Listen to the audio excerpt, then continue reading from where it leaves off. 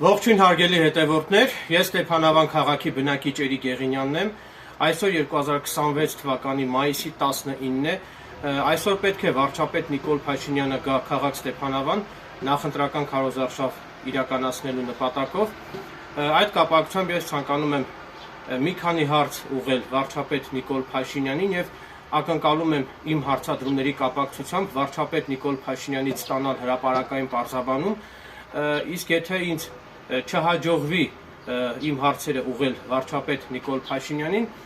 այդ իսկ պատճառով ես հիմա նպատակահարմար եմ գտնում վարչապետ Նիկոլ Փաշինյանին ուղղված իմ հարցադրումները հնչեցնել այս ձևաչափով հրապարակային եղանակով եւ այդ կապակցությամբ վարչապետ Նիկոլ Փաշինյանից ակնկալում եմ հրապարակային պարզաբանում։ Նախ ասեմ, որ Էրիկ Եղինյանս որևէ քաղաքական ուժի չեմ հարում, որևէ քաղաքական ուժի կողմնակիցը չեմ,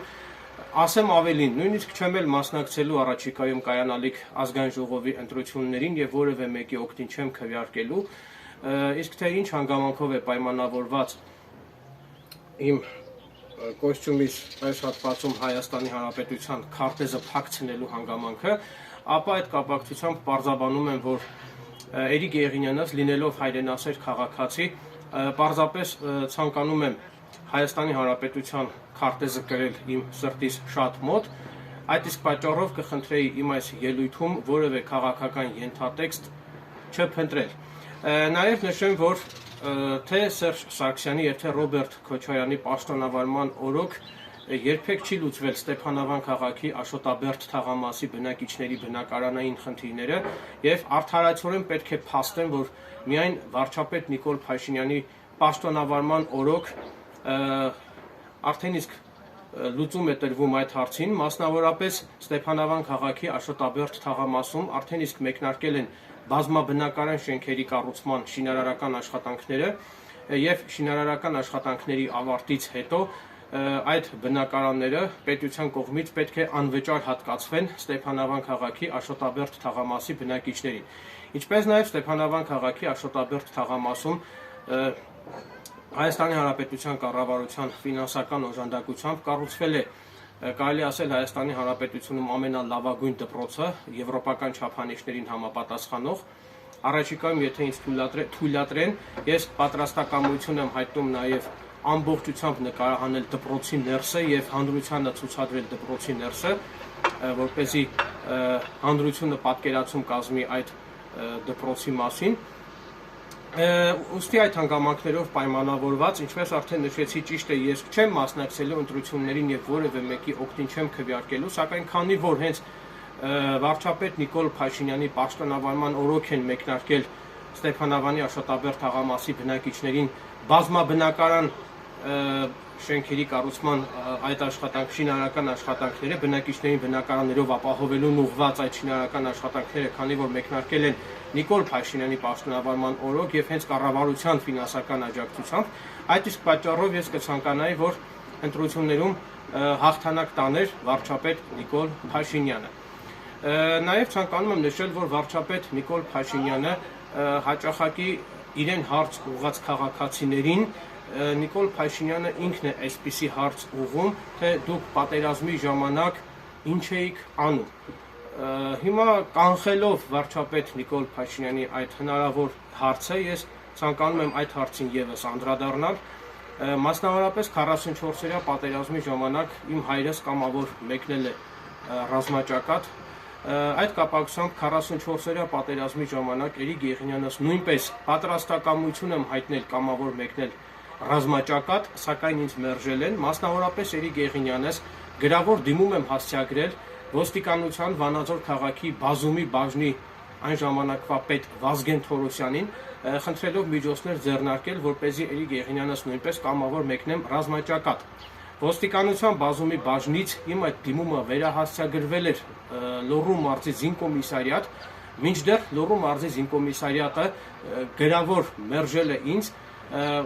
գրավոր մերժել է ինձ կամավոր ռազմաճակատ տանելու իմ խնդրանքը,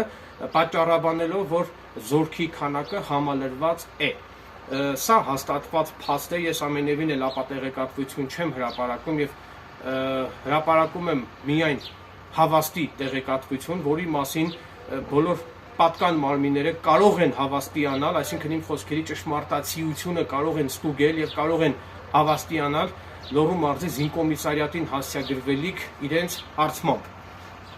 Սա ցանկանում եմ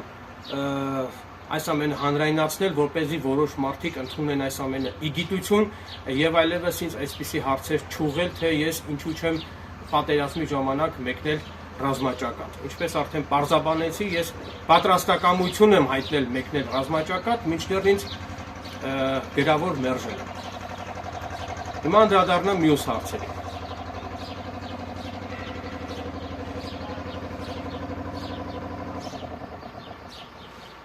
Քննչական կոմիտեն օրեր առաջ պաշտոնապես հաղորդագրություն տարածեց այն մասին, որ օրենքով գող Արտեմ Դորունցի նկատմամբ հայտարարվել է հետախուզում, քանի որ օրենքով գող Արտեմ Դորունցը քրեական ենթամշակույթ կրող խմբավորմանը հրահանգել է չընտրել Նիկոլ Փաշինյանին։ Հիմա այդ կապակցությամբ ցանկանում եմ խոսել օրենքով գողերի մասին, նաև ցանկանում եմ նշել, որ երեք քննչական կոմիտեն նաև պաշտոնապես հաղորդագրություն տարածեց նաև այն մասին, որ Նիկոլ Փաշինյանի սպանությունը նախապատրաստելու համար, այսինքն մի խումբ դիմակավորված անձանց այդ տեսանյութի կապակցությամբ Նիկոլ Փաշինյանի սպանությունը նախապատրաստելու կապակցությամբ նախաձեռնվել է քրեական վարույթ։ Ուրեմն նախ ասեմ, որ ինչու եմ հիմա ես ուզում զուգահեռներ անցկացնել,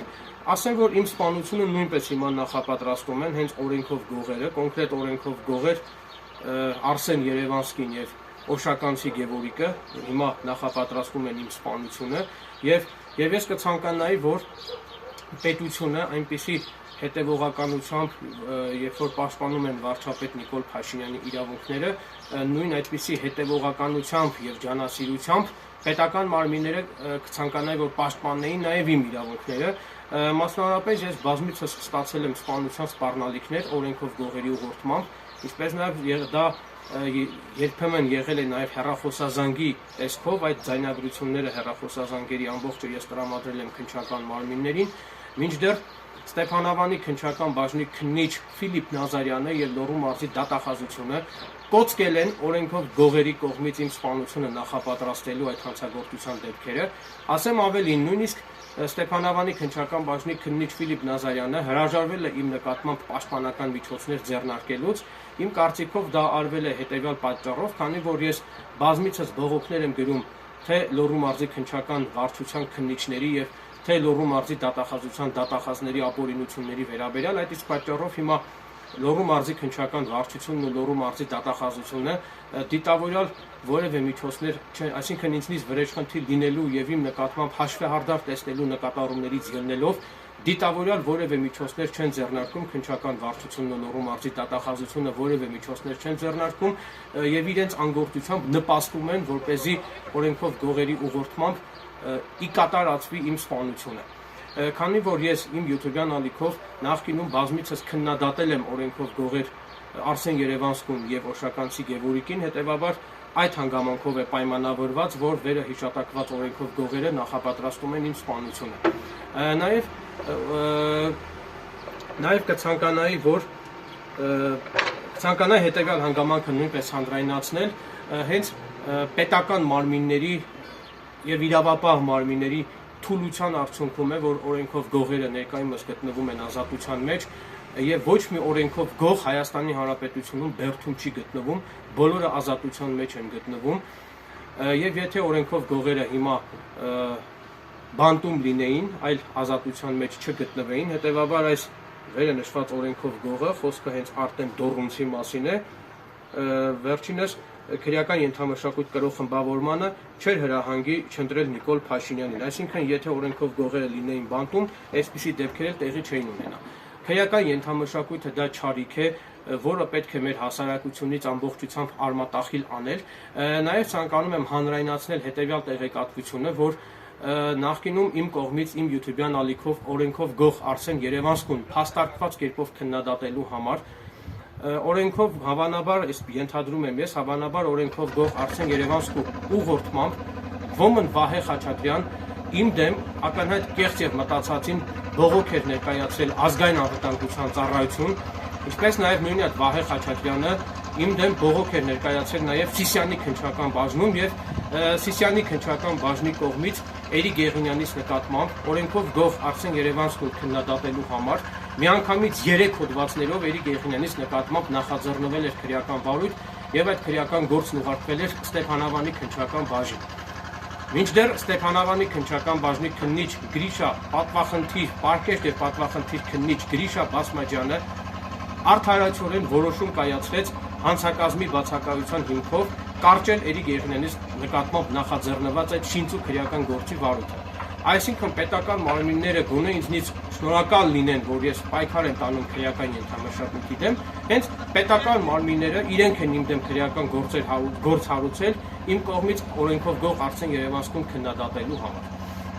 Նաև ինձ համար անհասկանալի է, թե այդ ինչպես է լինում, որ օրինակ ես տեղեկություններ ունեմ, որ մի որոշ ժամանակ առաջ Հայաստանի Հանրապետության դատարանները արդարացրեցին որոշ օրենքով գողերին եւ վարչապետ Նիկոլ Փաշինյանը իր ելույթներում բազմիցս ասում էր, որ Հայաստանի Հանրապետությունում չկա մի դատավոր, ով իր հրահանգը չկատարի։ Եվ հիմա հիմք ընդունելով վարչապետ Նիկոլ Փաշինյանի այդ խոսքերը ես ցանկանում եմ կոչով դիմել վարչապետ Նիկոլ Փաշինյանին եւ եթե դուք ինքներդ եք դա փաստել, հարգելի Նիկոլ Փաշինյան, դուք ինքներդ եք դա փաստել, որ դատական մարմինները պետք է կատարեն ձեր հրահանգները եւ ուստի օգտվելով առիթից հիմա ձեզ կոչ եմ անում հարգելի Նիկոլ Փաշինյան հրահանգ տվեք դատավորներին կալանավորել Հայաստանի Հանրապետությունում գտնվող ազատության մեջ գտնվող բոլոր օրենքով գողերին։ Նորից եմ կրկնում, քրեական ենթամշակույթը դա չարիք է, որը ամբողջությամբ պետք է արմատախիլ անել մեր հասարակությունից եւ եթե պետությունը իսկապես պայքար է տանում օրենքով գողերի եւ քրեական ենթամշակույթի դեմ, ապա վարչապետ Նիկոլ Փաշինյանին հորդորում եմ, կոչով դիմում եմ հրահանգ տվեք դատարաններին, որպեսզի կալանավորեն ազատության մեջ գտնվող Հայաստանի Հանրապետությունում ազատության մեջ գտնվող բոլոր օրենքով գողերին։ Եվ ես դա կհամարեմ ողջունելի քայլ, եթե իհարկե նման բան տեղի ունենա, չնայած խիստ կասկածում եմ, որ նման բան տեղի կունենա, որովհետև արդեն իմ մոտ լուրջ կասկածներ կան, որ օրենքով գողերը շատ լավ էլ համագործակցում են ազգային անվտանգության հետ, այդ իսկ պատճառով էլ օրենքով գողերը գտնվում են ազատության մեջ։ Սա իմ կարծիքն է, որովհետև եթե օրենքով գողերը ազգային անվտանգության ծառայության հետ չհամագործակցեին, ապա նրանք վաղուց արդեն բանտում կլինեին։ Մինչդեռ ոչ մի օրենքով գող բանտում չի գտնվում։ Ես այս հարցերն էի ուզում հնչեցնել վարչապետ Նիկոլ Փաշինյանին, եթե ինձ բախտ վիճակվի օրերից մի օր այսպես դեմ առ դեմ հանդիպել Նիկոլ Փաշինյանի հետ, ես այսպես հանրայնացնելու եմ իմ հարցադրումները եւ հրապարակայնորեն իմ հարցադրումները հնչեցնելու եմ Նիկոլ Փաշինյանին եւ ակնկալում եմ իմ հարցադրումների կապակցությամբ Նիկոլ Փաշինյանից ստանալ հրապարակային պարզաբանում։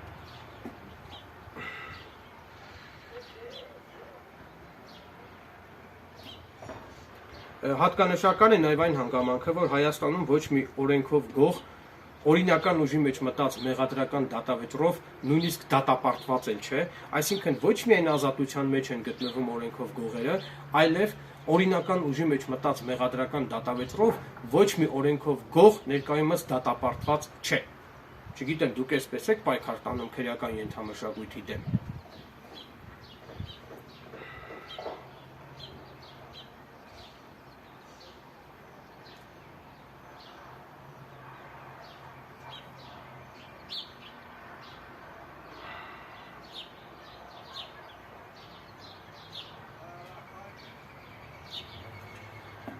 Հիմա անդրադառնամ հաջորդ հարցին։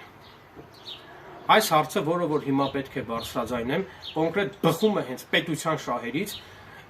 մասնավորապես Ստեփանավանի նախկին քաղաքապետ Միքայել Ղարաքեշիշյանը իր պաշտոնավարման ընթացքում ձեռք է բերել ապօրինի գույք, հանցավոր ճանապարհով ձեռք է բերել ապօրինի գույք եւ հանցավոր ճանապարհով ձեռք բերված այդ ապօրինի գույքը Միքայել Ղարաքեշիշյանը նախկինում վաճառել էր Ստեփանավանի Եհովայի վկանին եւ ստացել է ապօրինի շահույթ։ Մինչդեռ պետությունը, պետական մարմինները վճռական պայքար չեն տանում ապօրինի գույքի բռնագանձման այդ գործերով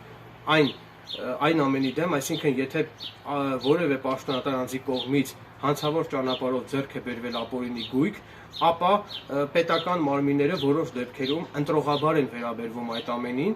մասնավորապես հենց վառ օրինակ Միքայել Ղարաքեշիշյանը, Ստեփանավանի նախկին քաղաքապետ, իր պաշտոնավարման ընթացքում հանցավոր ճանապարհով ձեռք է բերել ապօրինի գույք, այնուհետև այդ ապօրինի գույքը վաճառել է Եհովայի վկաներին,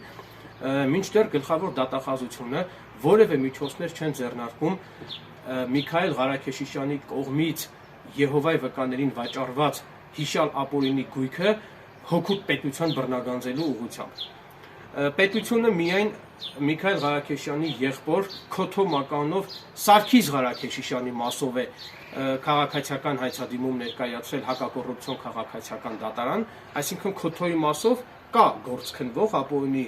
գույքերը բռնագանձելու հետ կապված, մինչդեռ Քոթոյի եղբոր, այսինքն Սարգիս Ղարաքեշյանի եղբոր Միքայել Ղարաքեշիշյանի կողմից իր պաշտոնավարման ընթացքում ապօրինի գույքեր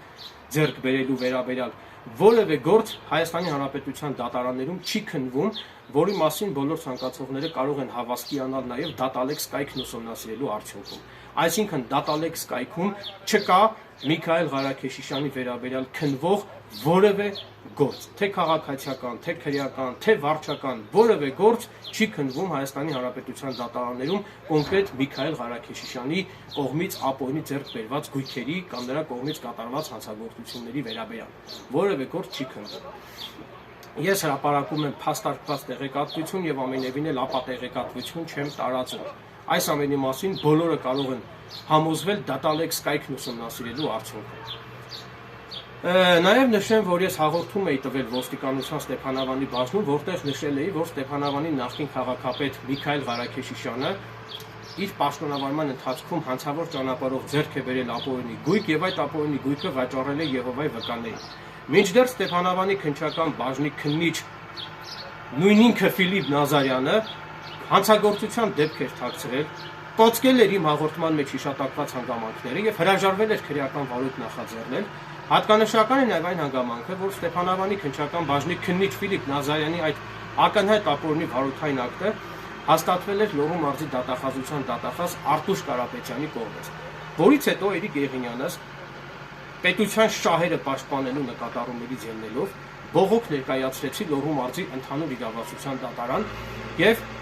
Լոռու մարզի ընդհանուր իրավասության դատարանի պարկեշտ եւ պատվախնդիր դատավոր Արմեն Շիրոյանը ամբողջությամբ բավարարեց իմ բողոքը եւ դատավոր Արմեն Շիրոյանը Ստեփանավանի քննչական բաժնի քննիչ Ֆիլիպ Նազարյանին պարտավորեցրեց իմ հաղորդման մեջ հիշատակված բազմադրվակ հանցագործությունների փաստի առթիվ նախաձեռնել քրեական վարույթ։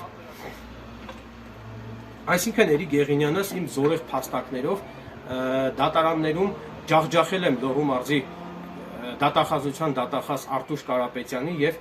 Ստեփանավանի քննչական բաժնի քննիչ Ֆիլիպ Նազարյանի առարկայազոր փաստակները։ Դրանից հետո չհամակերպվելով իրենց պարտության հետ Լոռու մարզի դատախազության դատախազ Արտուշ Կարապետյանը բողոքարկել էր վերաքննիչ քրեական դատարան, մինչդեռ վերաքննիչ քրեական դատանի դատավոր Սևակ Համբարձումյանը որոշում է կայացրել ամբողջությամբ մերժել Լոռու մարզի դատախազության դատախազ Արտուշ Կարապետյանի ակնհայտ անհիմն եւ մտածածին բողոքը։ Ներողություն, մի փոքր վատառողջ եմ։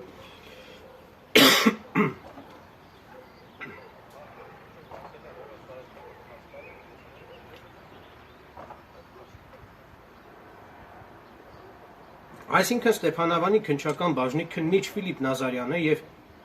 Լոռու մարզի դատախազության դատախազ Արտուշ Կարապետյանը իրենց այդ ապօրինի գործողություններով եւ վերը հիշատակված հանցագործության դեպքը կոծկելով էական վնաս են պատճառել հենց պետության շահերին, ուստի գլխավոր դատախազությանը հորդորում եմ որպես ապօրինի գույք Միքայել Ղարաքեշիշյանի կողմից Ստեփանավանի Եհովայի վկաներին վաճառված հիշյալ ապօրինի գույքը բռնագանձել հօգուտ պետության։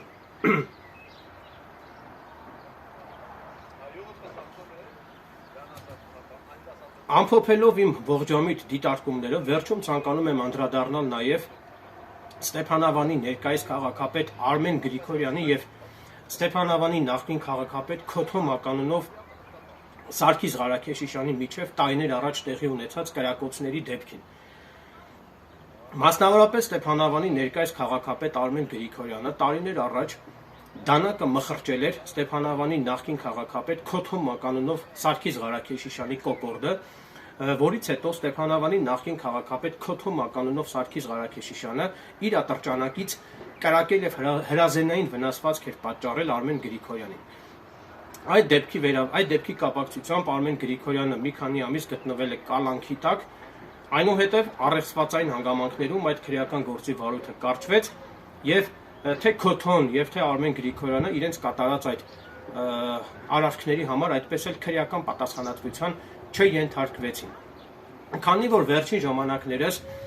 պետությունը սկսել է վերաբացել տարիներ առաջ կատարված եւ կոծկված հանցագործության դեպքերը, այդ իսկ պատճառով օգտվելով առիթից հիմա ես վարչապետ Նիկոլ Փաշինյանին կոչ եմ անում, հորդորում եմ ձեզ ենթակա իրավապահ մարմիններին հրահանգեք վերաբացել Ստեփանավանի նախկին քաղաքապետ Արմեն Գրիգորյանի եւ Քոթոյի միջև տեղի ունեցած այդ կրակոցների վերաբերյալ կոծկված քրեական գործը։ Այդ ժամանակ Լոռու մարզի դատախազն է եղել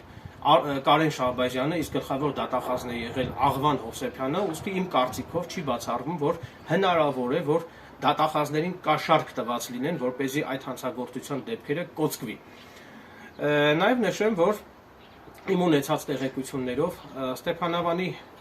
ներկայիս քաղաքապետ Արմեն Գրիգորյանի կնոջ անվամբ Ստեփանավանի Գյարգյար գյուղում կա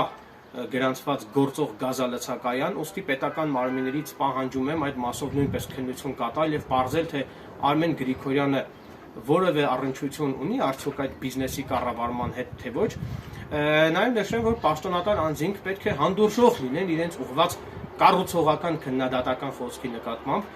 Իմ այս ելույթում իմ կողմից արծարծվում են իմ գնահատողական դատողությունները, որոնք բխում են պետության շահերից, ուստի ես ակնկալում եմ, որ այս ամենի մասին բարձրաձայնելով եւ այս ամենը հանրայնացնելով, ակնկալում եմ, որ պետական մարմինները, ինչպես նաեւ վարչապետ Նիկոլ Փաշինյանը, ես վստահ եմ, որ վարչապետ Նիկոլ Փաշինյանին զեկուցելու են իմ այս տեսանյութի մասին, ուստի ակնկալում եմ, որ պետական մարմինները եւ վարչապետ Նիկոլ Փաշինյանը ականջալուր կլինեն իմ այս տեսանյութում իմ կողմից արծարծված ողջամիտ դիտարկումներին եւ ակնկալում եմ, որ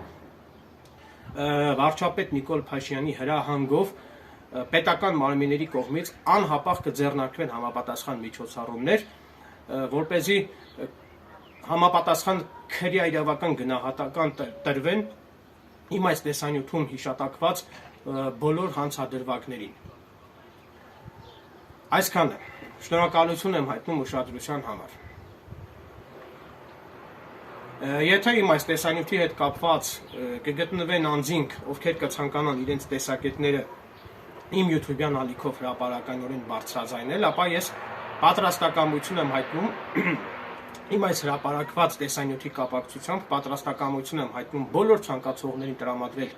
անվճար հարթակ,